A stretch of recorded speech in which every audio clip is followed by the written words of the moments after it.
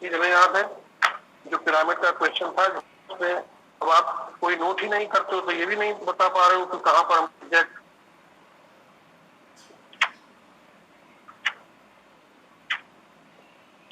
हमें पता भी नहीं, कि हमें नहीं मालूम, याद नहीं है इतना कि हम कहाँ पर थे, लेकिन इतना हमको ध्यान है कि पिरामिड वाला इक्वेशन आपको बता रहे हैं। ठीक है, आओ इसको देख लो थोड़ा सा, एक बार एक क्वेश्चन है 3D में। ये क्वेश्चन है, इस तरीके का क्वेश्चन आता है क्योंकि यहाँ पर 2 टाइप है। स्क्रीन विजिबल हो पा रही है, ब्लर तो नहीं आ रहा? हाँ sir.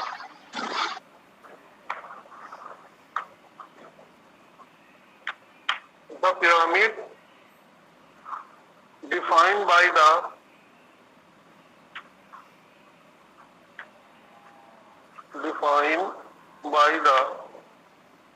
coordinate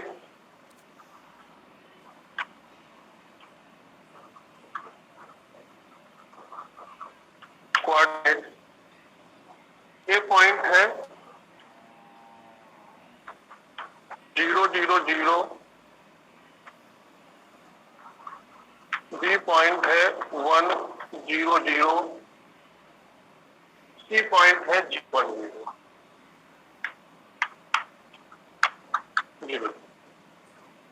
is rotated 90 degree,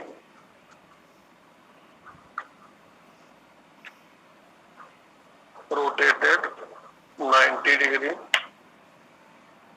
above the line L, about the line L that has direction vector, that has direction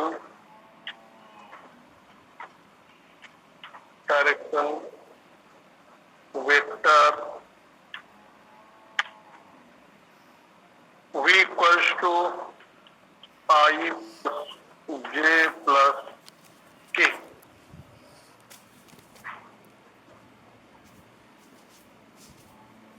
V equal to I plus j plus k.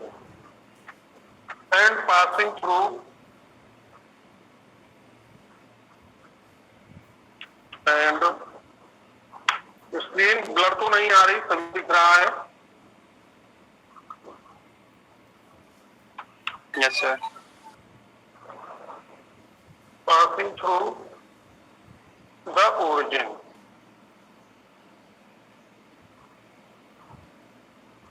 passing through the, find the coordinates of the rotated figure.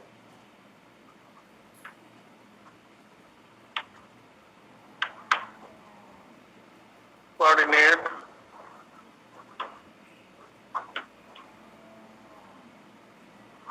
find the coordinates of the rotated figure.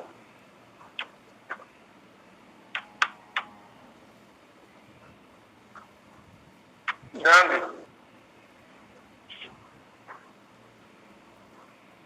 the pyramid defined by the coordinates A, B, C और A, B, C, D भी है, एक D नहीं लिखा हमने, 0 1 0 के बाद एक कोऑर्डिनेट D भी है। D की वैल्यू है x है 0 0 और 1। ध्यान दीजिए, इंपॉर्टेंट क्वेश्चन है ये। यहाँ पर 3D में 2 ही टाइप है हमारे पास। एक होती है हमारी ये रोटेशन अबाउट लाइन का क्वेश्चन है, ठीक है, ये वाला टाइप है, ये सिंगल वन टाइप है। जो सेकेंड टाइप हमारे पास होता है यहाँ पर, वो mirror reflection about X Y plane के लिए होता है। ठीक, तो यहाँ पर जैसे 2D में आपने बहुत सारे टॉपिक देखे, बहुत सारे आर्टिकल हमारे पास थे, उनसे रिलेटेड क्वेश्चन भी हम लोग ने साथ सॉल्व किए, बहुत कुछ किया हमने। लेकिन यहाँ पर 3D में हमारे पास सिर्फ और सिर्फ 2 ही टाइप है। ठीक है, तो मेरे जो क्वेश्चन है वो 2 ही तरीके के रहेंगे। फर्स्ट क्वेश्चन मेरा इस टाइप का रहेगा, रोटेशन अबाउट एनी लाइन के लिए, और जो सेकेंड क्वेश्चन हमारा रहेगा इस 3D में वो रहेगा mirror reflection about X Y plane.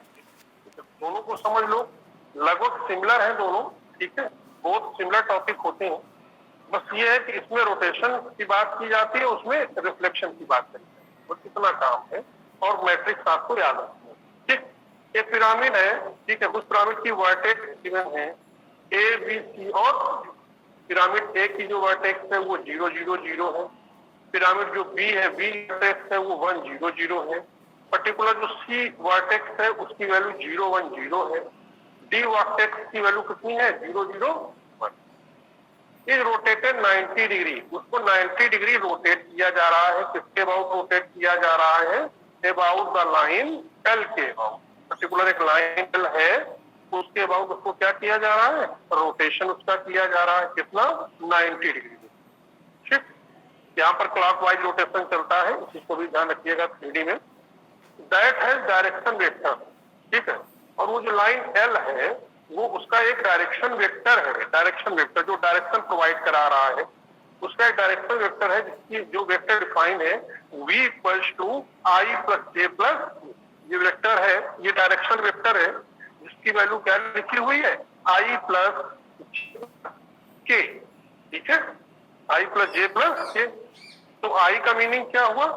I vector जो है वो एक्स एक्सिस के अबाउट है, जे जो वेक्टर है वो वाई एक्सिस के अबाउट है, एंड के वेक्टर किसके अबाउट है? जेड एक्सिस के अबाउट है। और आप क्लियर है सभी लोगों को बात क्लियर है, समझ में आ रही है? वेक्टर आई प्लस जे प्लस के है, ठीक है, and passing through the origin. ठीक है, और कहां से पास हो रहा है वेक्टर? ओरिजिन से पास हो रहा है। ठीक, कह रहे हैं find the coordinates of the rotated figure. Rotated figure के कोऑर्डिनेट बताइए। ये रोटेटेड फिगर क्या होगा? पिरामिड ही तो रोटेट किया जा रहा है, तो रोटेशन के बाद हमें नया पिरामिड मिलेगा।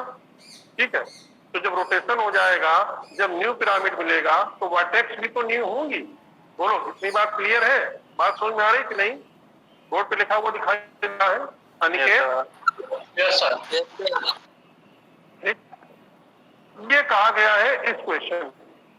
ठीक है, तो हमेशा 3D में पिरामिड ही लिया जाता है। इसका रीजन है क्योंकि पिरामिड की 4 वर्टेक्स होती हैं और वो एक्स वाई जेड तीनों एक्सिस को कवर करता है। ठीक है, तो आइए सबसे पहले इसका डायग्राम बनाते हैं। देखो कैसे इसका डायग्राम इस तरीके से, कभी कभी डायग्राम दे भी लेते हैं बना करके खुद ही, तो आपको वहां पे क्रिएट करने की जरूरत नहीं पड़ती। ठीक है, नहीं देते हैं तो आपको उस हिसाब से देखना पड़ेगा। ये हमने एक्सिस ले लिया, ये वाला, ये हमने वाई एक्सिस ले लिया और ये जेड एक्सिस। ठीक, ये हमारा वेक्टर है जो ओरिजिन से पास हो रहा है। ठीक है, v है, ये 90 डिग्री क्या करेगा?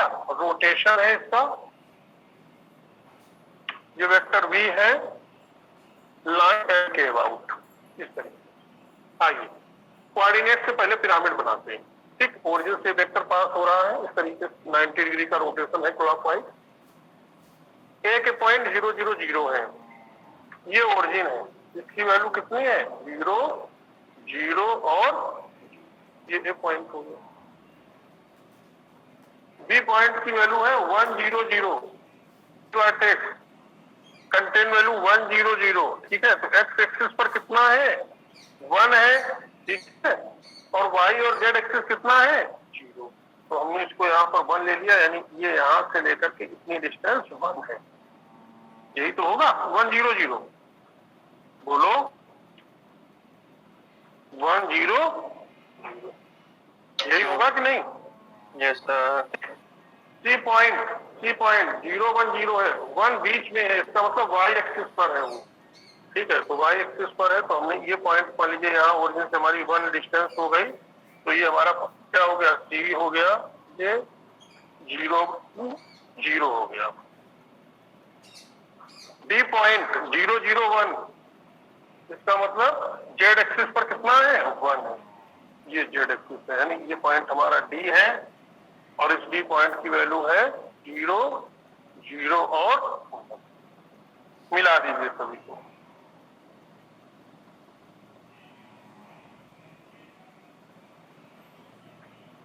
ये क्या बन गया?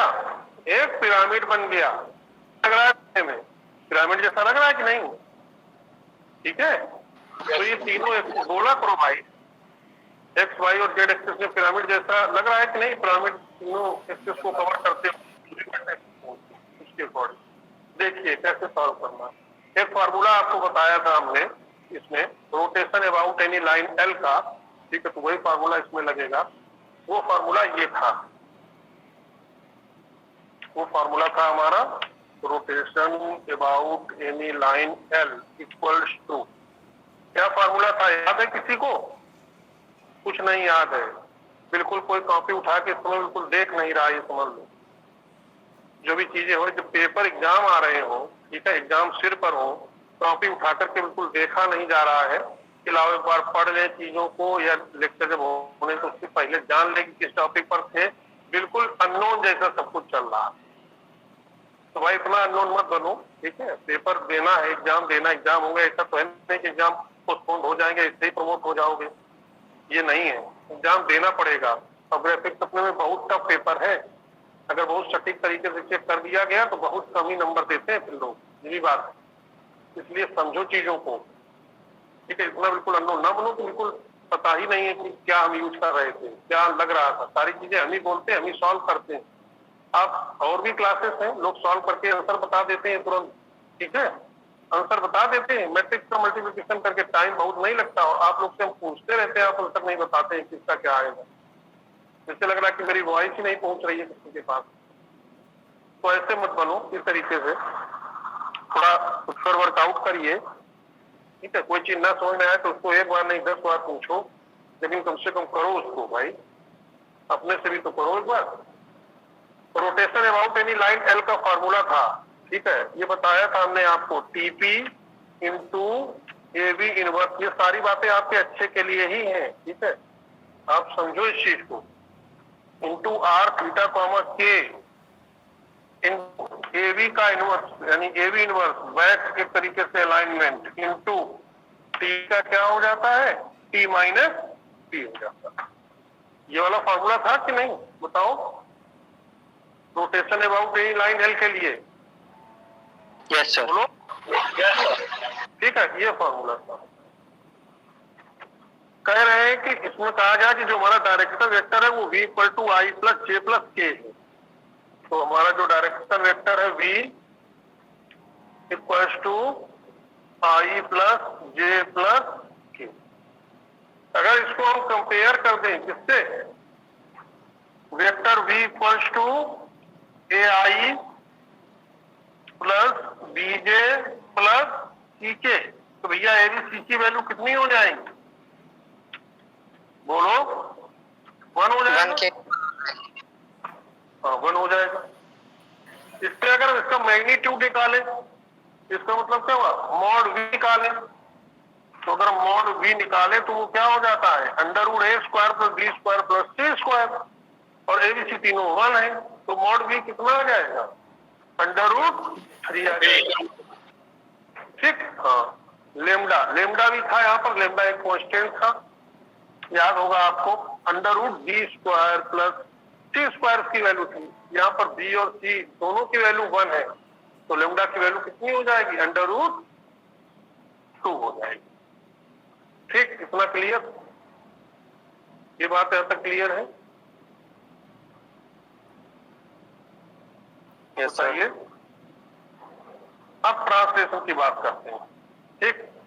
सभी मैट्रिक्स बिल्कुल याद कर लो, तभी मैं कहता हूं पहले से याद करते चलो, एकदम से कुछ नहीं याद होगा, एक ही मैट्रिक्स आप याद नहीं कर पाओगे, और फिर वहां क्वेश्चन आएगा आप गलत करके ही आओगे, ठीक है।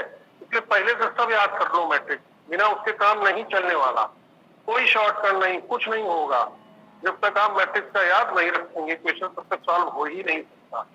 तो टी था ट्रांसलेशन की मैट्रिक्स, ठीक है, क्या थी, 1 0 0, यही तो थी। उसके बाद ए 0 1 0 बी, और क्या था 0 0 1 और सी, और बताओ क्या थी 0 0 0 और 1। यही 4 क्लास 4 की थी ना मैट्रिक्स टीपी की, बोलो।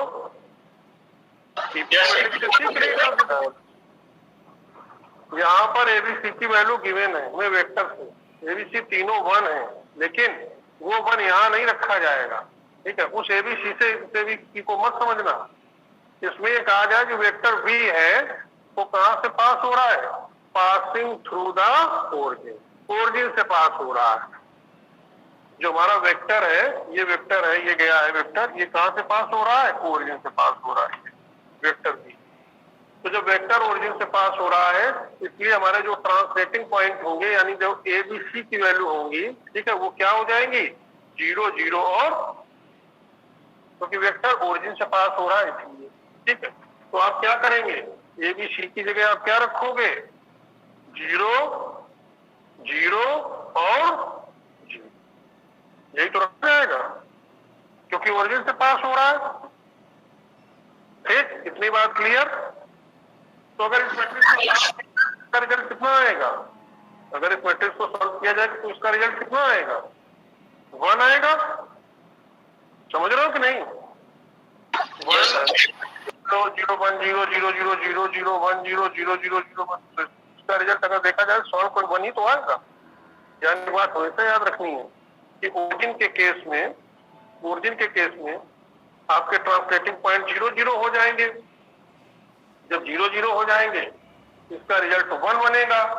ठीक है, तो इसका लिखने का कोई फायदा है नहीं। तो आप चाहो तो टीपी को बाहर कर सकते हो और टी माइनस पी को भी बाहर कर सकते हो इस फॉर्मूले। ठीक, क्योंकि टी माइनस पी जो होगा उसमें भी 0 0 0 ही लास्ट में रहेंगे। ठीक है, वो भी 1 ही बनेगा। तो आप इन दोनों को एक्सक्लूड कर सकते हो। किसको एक्सक्लूड कर सकते हैं? टीपी और टी माइनस पी को एक्सक्लूड कर सकते हो। इतना काम आप कर सकते हो। ठीक है, लेकिन वो होगा ओरिजिन के ही केस में, सभी में ऐसा नहीं हो पाएगा। ठीक है, सभी अगर मान लीजिए कोई ये हमसे कहते हैं कि पॉइंट सी से पास हो रहा है, पॉइंट सी के पॉइंट क्या है? 0 1 और 0 है, ये ट्रांसलेटिंग पॉइंट है। तो यहाँ पर हमें क्या मिल जाएगा? 0 1 और 0 मिल जाएगा। तो जब 0 1 और 0 मिल जाएगा तब इसका रिजल्ट स्वयं 1 बनेगा। ठीक है, तब आपको मल्टीप्लाई करना पड़ेगा, इसको रखना पड़ेगा इसको। ये बात क्लियर है? ये बात समझ में आई? आप ट्रांसलेटिंग वाली मैट्रिक्स को रिमूव भी कर सकते हैं, तो आपका चल जाएगा। ठीक है, उसके बाद है हमारा, उसके बाद है A B inverse. A B inverse, तो ए बी इनवर्स यानी अलाइनमेंट वेक्टर के इनवर्स की मैट्रिक्स हमने बताई थी आपको। ठीक है, ए बी इनवर्स की मैट्रिक्स हुआ करती थी, ए बी की बताई थी, फिर ए बी इनवर्स भी बताया था। ठीक है, कहा था कि रो को कॉलम में कन्वर्ट कर लेना तो ए बी इनवर्स आ जाएगा, या कॉलम को रो में कन्वर्ट कर लेना। तो ए बी इनवर्स की मैट्रिक्स ये थी, lambda upon mod B.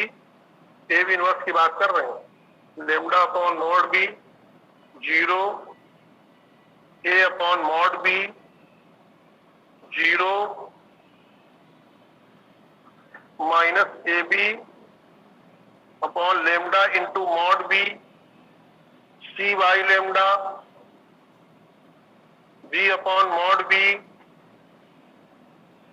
0 minus A C upon lambda into mod B minus B by lambda C upon mod B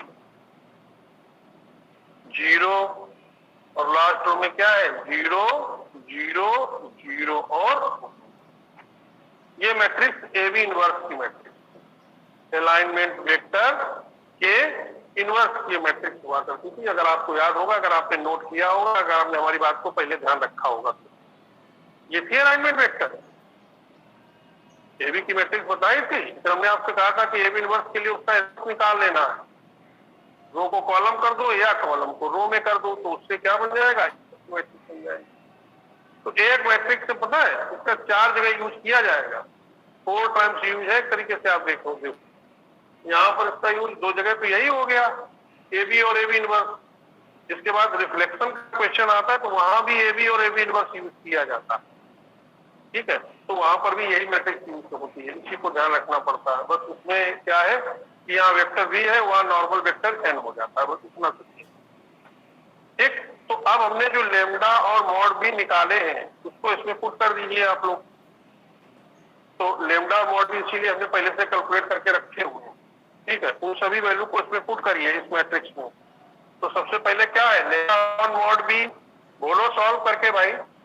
lambda upon mod B बताइए, सॉल्व करिए इसको जरा। लेमडा अपॉन मॉड बी यानी कितना हो जाएगा? √2 अपॉन √3। यही तो होगा 0 a अपॉन मॉड b। तो a की वैल्यू कितनी है ना, a अपॉन मॉड b। अब इसी में हम लिखता रहे हैं मॉड b हमारा √3 आया है, 1 अपॉन √3 हो गया। सेकेंड रो में आओ, सेकेंड रो में -ab upon lambda into mod b। तो माइनस ab कितना हो गया a into b, -1 upon lambda into mod b। √3 का √2 में मल्टीप्लाई करोगे तो कितना आ जाएगा, √3 का √2 में मल्टीप्लाई करोगे कितना आएगा, बोलो कितना आएगा, -1 अपॉन √6 आएगा, क्योंकि दोनों में √ लगा इसलिए। c अपॉन लेमडा, c की वैल्यू कितनी है 1 है, लेमडा की वैल्यू 2 है, हो जाएगा 1/√2, 1/√2। उसके बाद b upon mod b, b की वैल्यू 1 है, मॉड b √3 है, ठीक है। तो कितना हो जाएगा 1 अपॉन √3, 1 अपॉन √3 हो गया, 1 अपॉन √, सभी की वैल्यू पुट कर रहे हैं हम। -ac upon lambda into mod b, तो a इंटू c लिखा है, तो a है, तो -1 अपॉन √, कितना हो जाएगा 6 हो जाएगा, 6। तो -1 upon √6, 1 upon √, -b by lambda, b की वैल्यू 1 है, लेमडा की वैल्यू √2 है, -1 अपॉन 2 हो जाएगी, उसको यहाँ लिख दो, 1 अपॉन √2 हो गई। उसके बाद क्या लिखा हुआ है, c upon mod b, c की वैल्यू 1 है, मॉड b √3 है, तो 1 अपॉन √3 हो जाएगा, 1 अपॉन √3 हो जाएगा, और 0 0 0 और 1। ये मैट्रिक्स समझ में आ गई सभी को, नहीं आ रहा, दिख रहा है ना, दिख रहा है, ठीक है। ये AB इनवर्स। उसके बाद इंटू r थीटा के, रोटेशन अबाउट जेड एक्सिस, ये फिक्स है फार्मूला, यही आएगा रोटेशन के लिए, यही लिखा जाता है r थीटा के। r थीटा के का मीनिंग है रोटेशन अबाउट जेड एक्सिस। इसका फार्मूला हमने आपको बताया था, रोटेशन अबाउट जेड एक्सिस का फार्मूला था, अगर आपको ध्यान होगा, cos theta minus sine theta 0 0 sine theta cos theta 0 0, यही तो था शायद, 0 0 1 और 0, और उसके बाद 0 0 0 और ये फार्मूला था किसका, रोटेशन अबाउट, इसमें ये 1 है और ये किसका फार्मूला है, रोटेशन अबाउट जेड एक्सिस का, ठीक है। तो आर थीटा के जो है रोटेशन अबाउट जेड एक्सिस होता है, उसका फार्मूला ये होता है, इसको मैं लिखाया था जब हम रोटेशन अबाउट ओरिजिन की बात कर रहे थे तब, ठीक। थीटा की वैल्यू 90 डिग्री गिवन है, थीटा 90, तो थीटा की जगह 90 पुट कर दो, cos 90 कितना होता है, 0 होता है, sin 90 1 होता है, हो गया,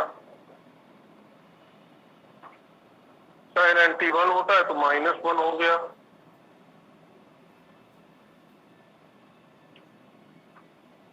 cos 90 0 होता है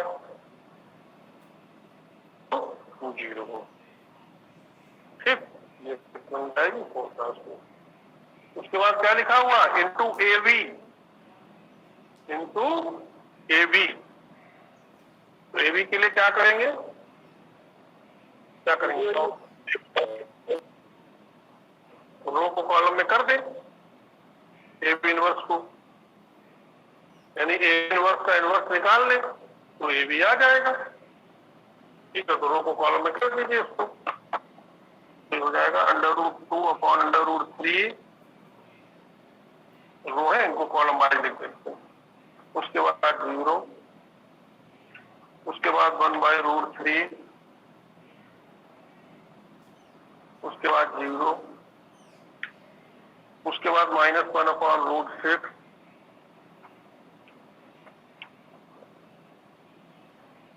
(1/√2), 1/√3, 0, उसके बाद -1/√6,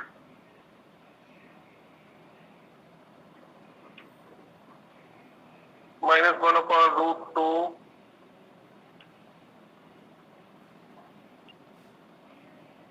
1/√3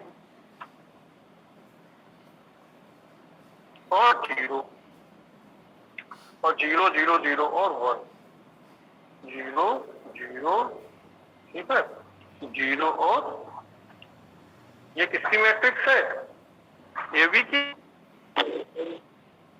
ठीक है, तो हमने भी आपसे कहा था कि T माइनस T वही आ जाएगा जो TP है, तो इसकी वैल्यू तो 1 ही होती है इस मैट्रिक्स की, तो ना TP लिखो इसमें ना T माइनस T लिखो, तीनों को हटा दो, रिमूव कर दो,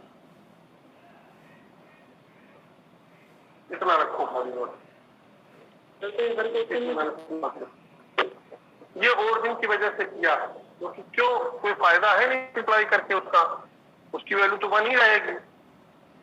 ठीक है, क्योंकि ओरिजिन से पास हो रहा है हमारा वेक्टर, इस सब में नहीं ऐसा होगा, सिर्फ ओरिजिन वाले केस में ऐसा होगा कि मैट्रिक्स आइडेंटिटी बनेगी यानी उसका रिजल्ट 1 आएगा।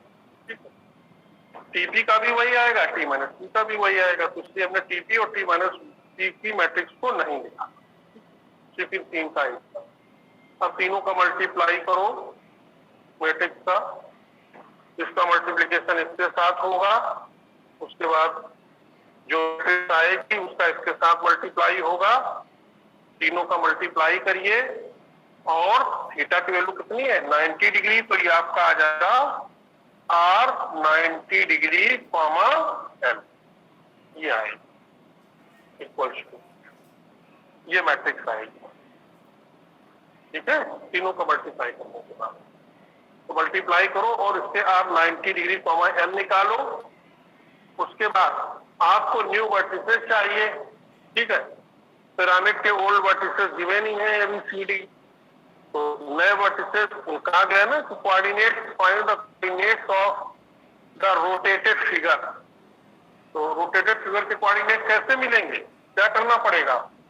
ये होगा P' equals to R 90 degree, L into, तो ये जो मैट्रिक्स आएगी इसका मल्टीप्लिकेशन करेंगे इससे, जो कोऑर्डिनेट आपको गिवन है उनकी होमोजीनियस बनाइए। तो ABCD को पहले होमोजीनियस मैट्रिक्स में कन्वर्ट करो। एक की कितनी है? 0, 0, 0, 0, 0, 0, B की वैल्यू कितनी है? 1, 0, 0, C की वैल्यू है 0, 1, 0, 0, 1, 0, और D की वैल्यू कितनी है? 0, 0 और 0, 0 और 1।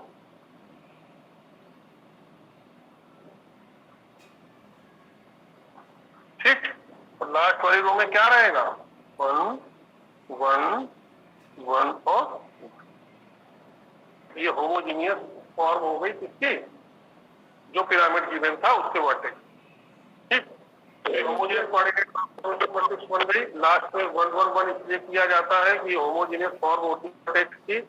जब आप इन दोनों का मल्टीप्लाई करेंगे, इस मैट्रिक्स का और इस मैट्रिक्स का जब आप मल्टीप्लाई करेंगे तो अपने आप से ही लास्ट वाली रो में 1, 1, 1, 1 आ जाएगा।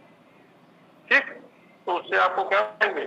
A' मिल जाएंगे, B' मिल जाएंगे, C' के कोऑर्डिनेट मिल जाएंगे और D' कितना काम करता है।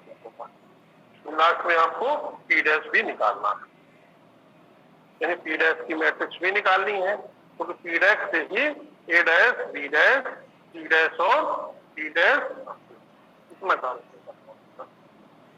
समझ में आया? मल्टीप्लाई आपको करना है, आप ही मल्टीप्लाई करके और उसका रिजल्ट बताएंगे कितना आएगा। यानी A dash, B dash, C dash और डी डैश की वैल्यू कितनी कितनी आएंगी, ठीक है, ये चीज आपको मैट्रिक्स के मल्टीप्लिकेशन के बाद ही पता चलेगी। इतना काम आपको करना। किसी को कोई डाउट हो तो पूछ लीजिए। क्लियर हो गया है क्वेश्चन?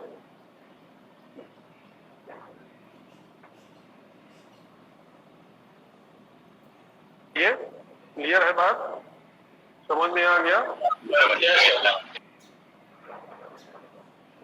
ये काम से मल्टीप्लाई आपको करना है, मल्टीप्लाई आप करो, ठीक है, और उसके बाद रिजल्ट बताना कि कितना आ रहा है, नए वर्टेक्स क्या आ रहे हैं। अच्छा ये बताओ कि अगर ओरिजिन से वेक्टर पास ना होता, ठीक है, और इसी क्वेश्चन में थोड़ा सा ये लिखा होता कि पॉइंट सी से वेक्टर पास हो रहा है, ये वेक्टर जो है वो पॉइंट सी से पास हो रहा है, तो पॉइंट सी के कोऑर्डिनेट क्या है?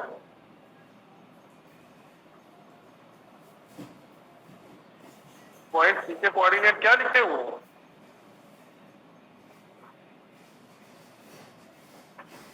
0 1 0 क्या है पॉइंट सी के कोऑर्डिनेट? तो 1 और 0, यही तो है पॉइंट सी के कोऑर्डिनेट। तो जो हमारी ट्रांसलेशन की मैट्रिक्स बनती तो उसमें क्या हो जाता? ट्रांसलेटेड पॉइंट क्या होते? 0 1 और 0 हो जाते। तो टीवी में 0 1 0 होता, टी माइनस टी जब करते तो 0 -1 0 जाता। तो आपको टीपी और टी माइनस टी का मल्टीप्लाई इसमें करना पड़ता और सारी चीजें सेम रहती। ये बात समझ में आई? और सब कुछ इसी तरीके का रहता, बस टीपी और टी माइनस टी मैट्रिक्स का भी आपको मल्टीप्लाई करना पड़ता, क्योंकि अब वेक्टर हमारा पॉइंट सी से पास हो रहा है, और जब वो पॉइंट सी से पास हो रहा है तो पॉइंट सी से जो कोऑर्डिनेट सिस्टम है वो 0 1 0 है, ठीक है। तो 0 0 0 के केस में तो ये होता है कि वहां पर जो मैट्रिक्स होती है उसका रिजल्ट 1 बन जाता है, नहीं करते उसका मल्टीप्लिकेशन। लेकिन इस तरीके के केस में जब पॉइंट सी से पास हो रहा है, पॉइंट बी से पास हो रहा है, पॉइंट डी से पास हो रहा है वेक्टर, तो फिर आपको क्या करना पड़ेगा? वो पॉइंट लेने पड़ेंगे और वही हमारे ट्रांसलेटेड पॉइंट और सारी वर्किंग सेम है। क्या चीज? लेमडा कैसे निकालते हैं? बी का mod lambda equal to under root B square plus C square होता है। Lambda equal to under root B square plus C square होता है, ये होता है, इससे आता है। ये कांस्टेंट है लेमडा की वैल्यू, लेमडा कांस्टेंट है, तो ये होता है, ये फिक्स है यहाँ पर lambda equal to under root B square plus C square, ठीक है, इसीलिए इसका अंडर रूट 2 आया, क्योंकि यहाँ पर बी और सी दोनों की वैल्यू कितनी है? 1 1 है, तो जब दोनों की वैल्यू 1 1 है तो under root B square plus C square कितना हो जाएगा? Under root. क्लियर भाई? बात बोलो, क्लियर है? समझ में आ गई? क्लियर है ये टॉपिक रोटेशन का? रोटेशन एवं हाँ, तो इस चीज को भी ध्यान रखना कि अगर पॉइंट सी से पास हो रहा है वेक्टर, तो जो सी के कोऑर्डिनेट होंगे, ठीक है, वो हमारे ट्रांसलेटिंग पॉइंट होंगे 0 1 0। तो उस केस में क्या होगा? जो टीपी और टी माइनस पी बनेगा उसमें ये 0 1 0 रखे जाएंगे, ठीक है। फिर आप क्या करते हो? फिर टी और टी माइनस पी को एक्सक्लूड नहीं कर सकते, क्योंकि उसका कुछ ना कुछ रिजल्ट आएगा उस मैट्रिक्स का। फिर आपको प्रॉपर सारे पूरी 5 मैट्रिक्स का मल्टीप्लिकेशन करना पड़ेगा, ठीक है, और पूरा प्रोसेस ऐसे ही है और सभी वैल्यू ऐसे ही आएंगी, ठीक है। पूरे 5 मैट्रिक्स का मल्टीप्लिकेशन करने के बाद आपको पी डैश निकाल लेना है, ठीक है, इसी तरीके से जैसे इसमें आपने किया है। P dash equal to R 90 degree और P, ठीक है, इंटू P, ऐसे ही आपको करना है। तो ये रोटेशन का क्वेश्चन है, rotation about any line L.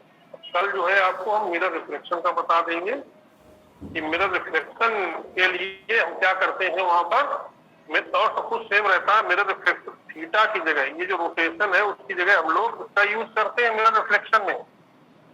Reflection, mirror reflection about X Y axis, X Y plane, इसका यूज किया जाता है। ठीक है, तो रिफ्लेक्शन की मैट्रिक्स हम आपको बता चुके हैं पहले ही, तो उसका यूज यहाँ पर किया जाएगा और सेम वर्किंग इसी तरीके से जैसा इसमें। ठीक, तो उसमें भी दो तरीके के केस होते हैं, ओरिजिन से पास हो रहा है, दूसरा पॉइंट सी से पास हो रहा है। ठीक है, तो दोनों ही केस के लिए आपको इसी तरीके से उसको भी सॉल्व करना पड़ता है। तो नेक्स्ट नंबर हम इसी बात करेंगे। ठीक है, इतना क्लियर है? बोलिए।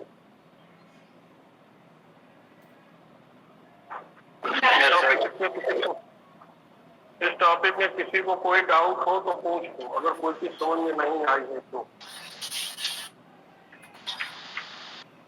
आ गया है तो ठीक है, अच्छी बात है, मल्टीप्लाई कर लो।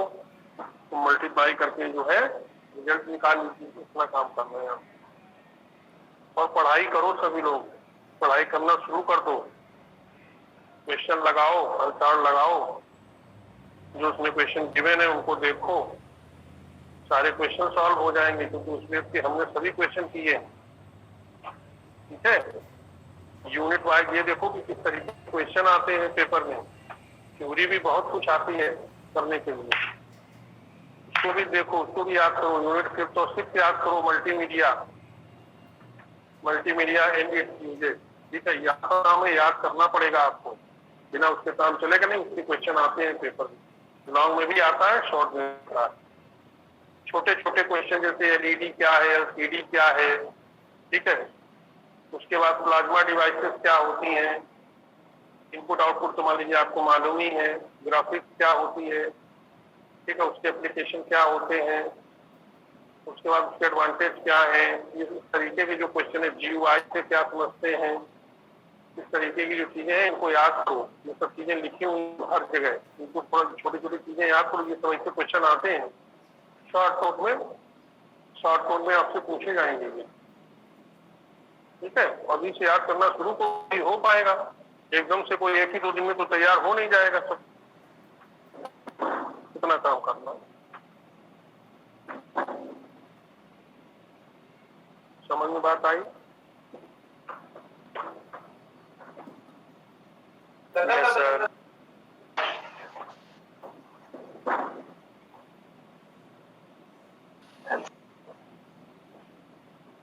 किसी को कुछ पूछना है?